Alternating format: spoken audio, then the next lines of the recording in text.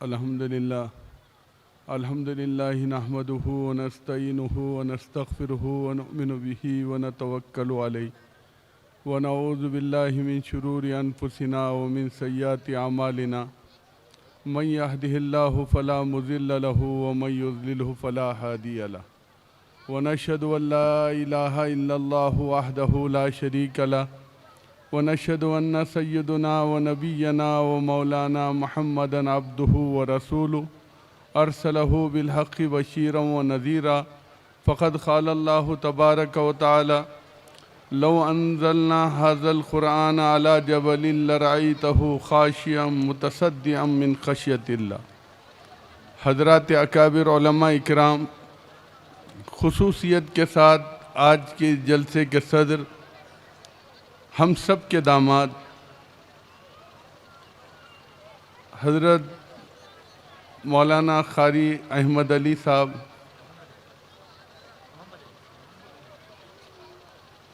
اور اکابر علماء اکرام، بزرگوں، دوستوں اور ساتھیوں، مجھے اس وقت آپ حضرات کے سامنے کوئی لمبی چوڑی بات نہیں کرنا ہے، مجھے مختصر سی بات آپ حضرات کے سامنے کرنا ہے۔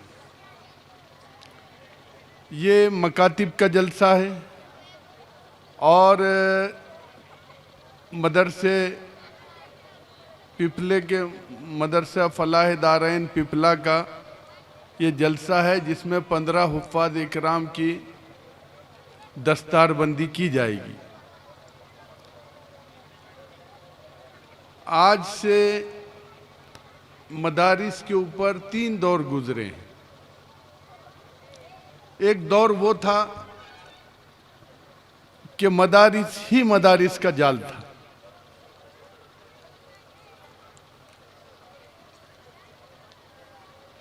تو انگریز نے 3 کیٹیگری بنائی تھی۔ نمبر 1 کہ انہوں نے قرآن مجید کو جلایا۔ نمبر 2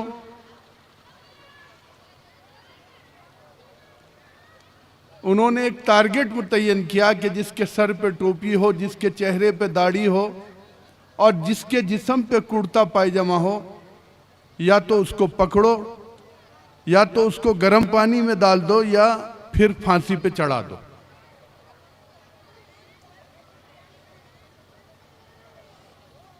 تیسرا دور وہ آیا کہ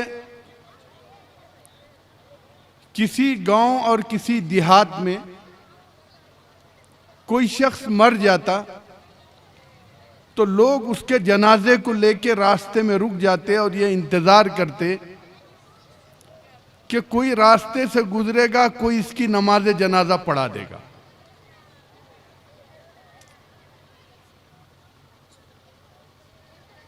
اس کے بعد اہل اللہ کھڑے بھی ہیں اور انہوں نے ایک مدرسے کی بنیاد ڈالی جس کا نام دارالعلوم دیوبند ہے۔ وہ تفصیل میں نہیں جاؤں گا، مجھے آپ کو اصل مقصد کی طرف لانا ہے، اس لیے کہ اس میں مکاتب کے اساتذہ اکرام بھی موجود ہیں۔ 1914 کے اندر شیخ الہند مولانا محمود الحسن رحمۃ اللہ علیہ کو کالے پانی کی سزا دی گئی۔ ریشمی رومال تحریک کی بنیاد پر آپ گرفتار ہوئے اور 3 سال 7 مہینے 28 دن مالٹا جیل میں رہے۔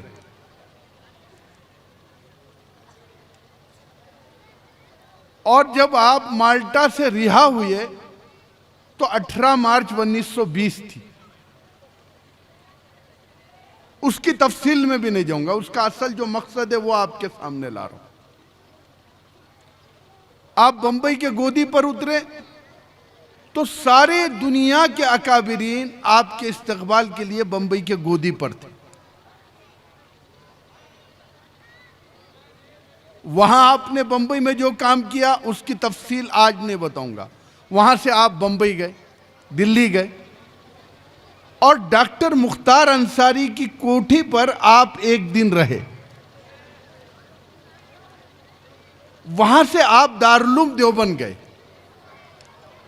تو جب آپ دیوبند پہنچے تو دنیا کے علماء اکرام آپ کے کو سننے کے لیے وہاں جمع تھے،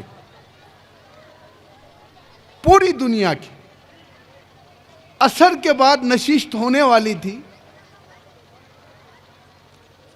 تو حضرت شیخ الہند رحمت اللہ علیہ کیا بولیں گے؟ سب لوگ اس انتظار میں تھے کہ حضرت شیخ کیا بول رہے ہیں۔ حضرت شیخ الہند رحمت اللہ علیہ نے ایک بات عرض کی، وہ بات آپ کی اور میرے لیے لاہ عمل ہے۔ حضرت نے کہا کہ جیل کی تنہائیوں میں 2 سبق سیکھ کر آیا ہوں۔ حضرت شیخ الہند رحمت اللہ نے اور علماء اس تعجب میں تھے کہ اتنا بڑا شیخ وقت اور جیل کی تنہائیوں میں بیٹھ کر کیا سبق سیکھ کر آیا ہوں۔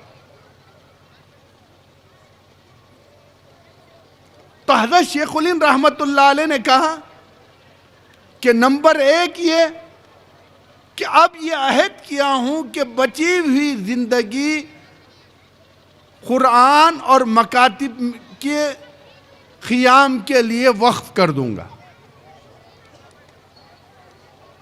اور نمبر 2 چیز یہ بتائی کہ مسلمانوں کے آپسی اختلاف کو ختم کرنے کے لیے ختم کر دوں گا۔ ایک بار ذہن نشین کر لیجئے، مسلمانوں کا جو سب میں اچھا دور شمار ہوتا ہے اس دور کا نام ہے خلافت۔ ایسا دور مسلمانوں نے کبھی نہیں دیکھے جو ہندو مسلم اتحاد کا دور تھا، جس کا نام تھا خلافت۔ اس زمانے کے اندر ہمارے سارے علماء اور سارے ہندو بھائی جیل میں تھے۔ سمجھ لیجئے، میں مکاتب کے اساتذہ اکرام سے خصوصیت کے ساتھ یہ بات عرض کر رہا ہوں، مجھے لمبی بات نہیں کرنا ہے۔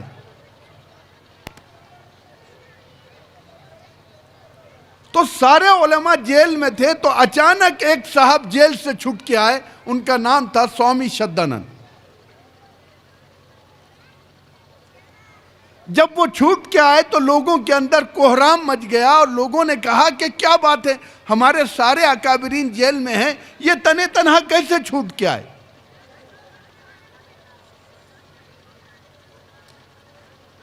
تو سوامی جی جب چھوٹ کے آئے تو انہوں نے ایک نعرہ دیا کہ مسلمانوں سے اتحاد کی بات جب ہو سکتی ہے کہ جب مسلمان گھر واپسی جب تک نہیں آتے۔ 1926 سے 1938 کا دور، اس کو آپ اٹھا کر دیکھیے، تاریخ میں لکھا ہے کہ اس نعرے کے بعد گاؤں گاؤں دیہات دیہات ارتداد کی لہر مچ گئی۔ حضرت مولانا شمس الدین افغانی رحمت اللہ علیہ کو دارالعلوم دیوبند سے میوات کے علاقے میں روانہ کیا گیا، تو انہوں نے میوات پہنچ کر وہاں جو لوگ ارتداد مرتد ہو گئے تھے ان کے بال کٹا کر اس وقت کے محتمم دارالعلوم دیوبند کے جو محتمم تھے ان کے خدمت میں تھیلے بھر بھر کر بھیج دیے۔ شیخ العرب والعجم شیخ الاسلام حضرت مولانا سید حسین احمد مدنی نور اللہ مرقدہ گجرات کے علاقے میں دورے پر گئے، تو انہوں نے دیکھا کہ ارتداد کی لہر مچ گئی۔ ایک گاؤں میں گئے، جا کر سمجھائے، کوئی ماننے کے لیے تیار نہیں تھا۔ حضرت شیخ الاسلام رحمت اللہ علیہ 7 دن سمجھانے کے بعد، سارے دلائل کے بعد جب ماننے نہیں لگے، تو عصر کے بعد حضرت شیخ الاسلام کے ذہن میں ایک بات آئی۔ انہوں نے پوچھا، اچھا ٹھیک ہے، تم نے سب کچھ کر لیا، اب مجھے یہ بتاؤ کہ تمہاری ختنہ ہوئی کیا؟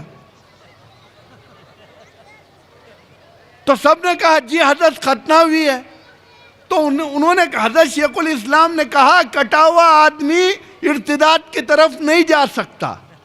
سب کے سب اسلام میں داخل ہو گئے۔ میرے عزیز دوستو، اگر مسلمانوں کی ایمان اور عقیدے کی تحفظ کا مدار اگر کسی چیز پر ہے، تو اگر وہ کوئی چیز ہے تو وہ ہے مکاتب، وہ ہے مکاتب۔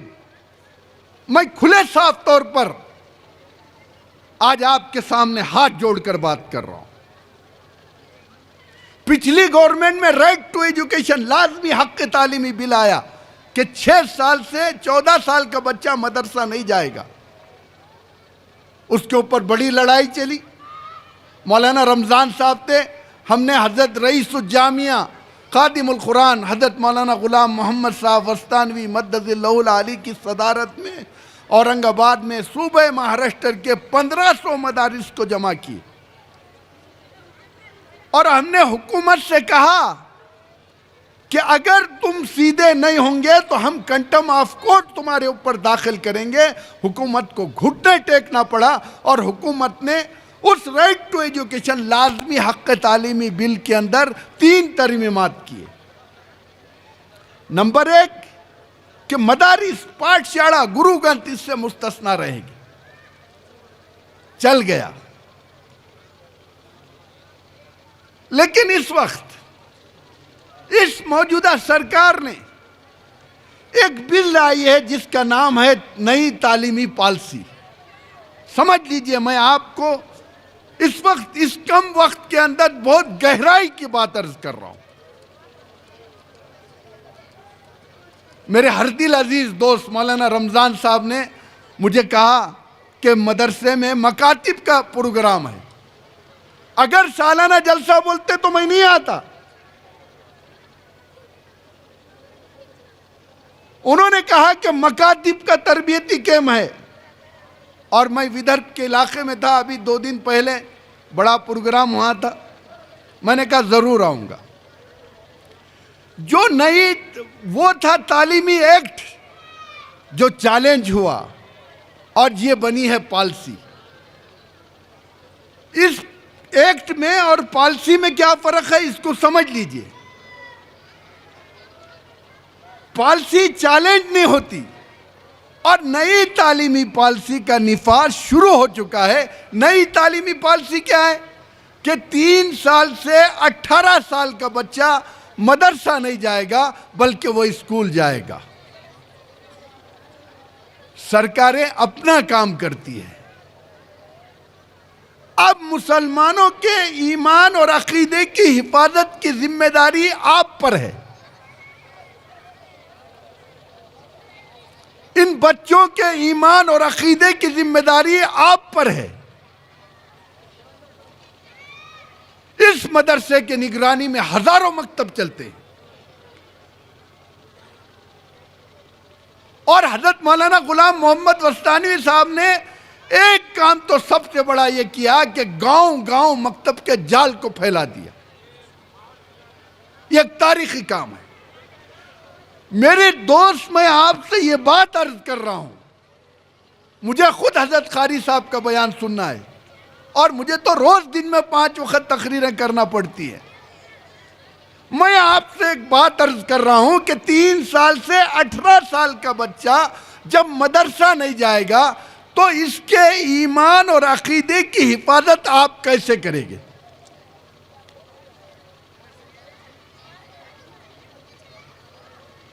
اس کے ایمان اور عقیدے کی حفاظت آپ کو جس انداز میں کرنا ہے وہ ایک ہی راستہ ہے جس کا نام ہے کہ گاؤں گاؤں گھر گھر مکاتب کا قیام عمل میں لایا جائے. شیخ العربی والعجم شیخ الاسلام حضرت مولانا سید حسین احمد مدنی نور اللہ مرقدہ مراد آباد کی جیل میں تھے.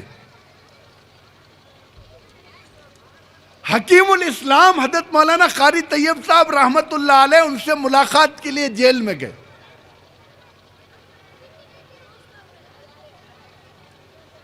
جب جیل میں پہنچے تو حضرت حکیم الاسلام قاری طیب صاحب رحمت اللہ علیہ نے کہا, حضرت جیل کے اندر کیا مصروفیت چل رہی ہے؟ کہا مصروفیت کیا چلتی ہے؟ قیدیوں کو قاعدہ پڑھاتا ہوں, اور کچھ لوگ قاعدے سے قرآن میں آ گئے ہیں اور ان کو قرآن پڑھا رہا ہوں. حضرت قاری طیب صاحب رحمت اللہ علیہ نے کہا حضرت کہاں بخاری شریف اور کہاں قاعدہ؟ حضرت نے کہا کہ پڑھنے پڑھانے والے کے لیے بخاری شریف ہو یا قاعدہ ہو، ہمارا کام ہے بس پڑھنا اور پڑھانا۔ میرے عزیز دوستو، آپ کو یہ عہد کرنا ہے کہ ہم سوکھی کھائیں گے روکھی کھائیں گے، گاؤں والے تنخواہ دے نہ دے، ہم شیخ الہند کے وارث ہیں، شیخ الاسلام کے وارث ہیں، مولانا وسطانی کے وارث ہیں، ہم امین ہیں۔ ہم کو یہ کام کرنا ہے کہ گاؤں گاؤں دیہات دیہات پہنچ کر، جہاں پر 10 گھر ہیں، جہاں پر 20 گھر ہیں، اس گاؤں گاؤں پہنچ کر آپ کو اپنے بچے اور بچیوں کو دینی تعلیم سے آراستہ کرنا ہے۔ کیا اس کے لیے آپ حضرات تیار ہیں؟ ہاتھ اٹھا کر بتائیے مجھے، پیچھے والے ذرا ہاتھ اٹھا کر بتاؤ، ادھر مکاتب والے، اساتذہ اکرام، اگر آپ نے یہ عہد کر لیا، میرے عزیز دوستو، سرکاریں آتی اور جاتی ہیں، مسلمان بتاسا نہیں ہے پانی ڈالے اور پگھلے گا، لیکن بنیاد آپ کے ہاتھ میں ہے۔ آپ نے اگر ان کا ایمان اور عقیدہ مضبوط کر دیا تو دنیا کی کوئی طاقت ایسی نہیں ہے کہ جو مسلمان کے ایمان کے اندر زلزلہ لا سکے۔ انہی الفاظ کے ساتھ میں صمیم قلب کے ساتھ حضرت مولانا رمضان صاحب، ان کی تمام ٹیم اور اس مدرسے فلاح دارین پپلا کے تمام خادمین کا صمیم قلب کے ساتھ شکریہ ادا کرتا ہوں، اور اس شعر کے اوپر اپنی بات کو ختم کرتا ہوں کہ شرسار ہوں تعمیر نشیمن کے جنون سے، شہسار ہوں تعمیر نشیمن کے جنون سے، صیاد کا ڈر ہے نہ بجلی کا خطر ہے۔ شرسار ہوں تعمیر نشیمن کے جنون سے، صیاد کا ڈر ہے نہ بجلی کا خطر ہے، پرخار ہے راہ میری مجھ کو بھی خبر ہے، پرخار ہے راہ میری مجھ کو بھی خبر ہے، اے دوست عزم سفر عزم سفر عزم سفر ہے، وآخر دعوانا واہ سبحان اللہ، الحمدللہ رب العالمین۔